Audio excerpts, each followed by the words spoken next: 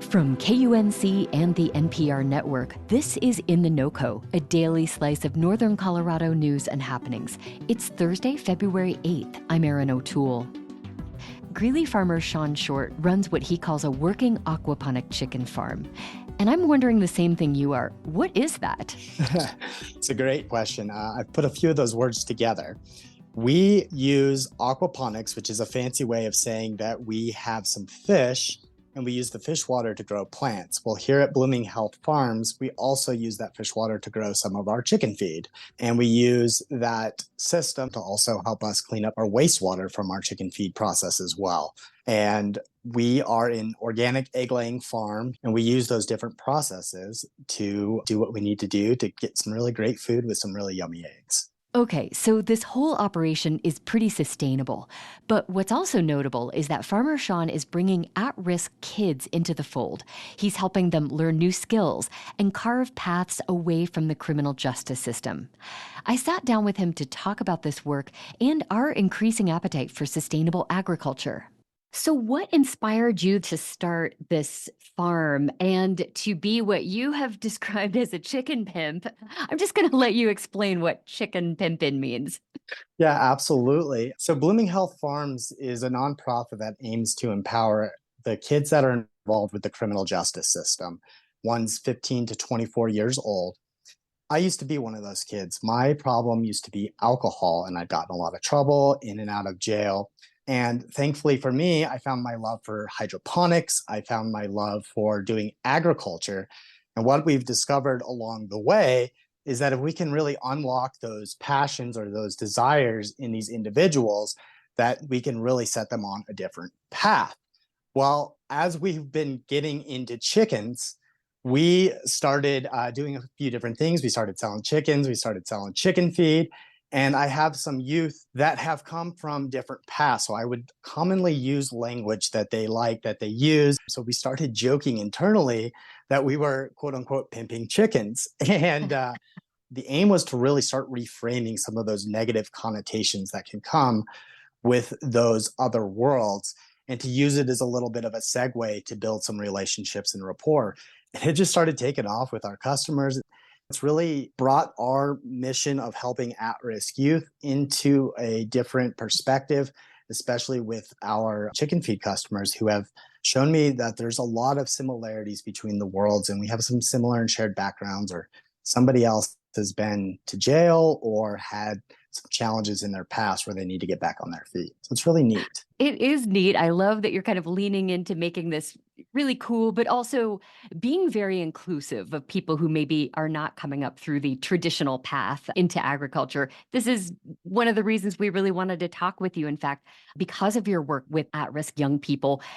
Could you talk a little more about how you are helping these young people sort of cultivate their own career paths in agriculture? Yeah, absolutely. So far, most of the young individuals that I've had the opportunity to work with are the ones that are assigned community service from the judge if they're getting in trouble with the courts, or the kids that are getting in trouble academically at school. And what I've started to notice is that a lot of them, they don't seem to have a purpose or a desire for what it is they want to do. And many of them don't believe that what they're being taught now is what they think they should know. So it's really starts with me embracing their identity and asking them a lot of questions. So most of what we do is take care of chickens and help clean up the community. So some of our efforts are doing adopt a street and cleaning up. And I'll use a lot of that initial contact time to do the grunt work, if you will, with the kiddos, so that I can start to ask them a lot of different questions. So for example, we go out and pick up trash along 16th Street here in Greeley. And as we're picking up trash, I start asking them questions about the juice bottles or the candy wrappers. Do you eat this? Do you drink this? What does your family like to do? And then after that, we start to show them a little bit of how we're impacting the community. And I explain to them that most of how we've built our networking and relationships has been through really good, for lack of better words, customer service. And something that is part of our mission is to empower these people with job skills that are going to carry on somewhere in life, no matter where they go.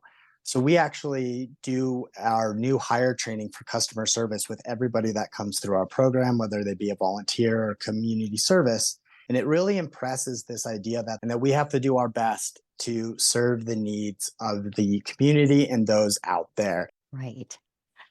Sean, I was thinking about this more broadly. It seems like there's been a surge in interest recently with people wanting to be self sufficient, get into homesteading, raise chickens, garden vegetables. Are you finding that to be the case with people wanting to learn backyard agriculture?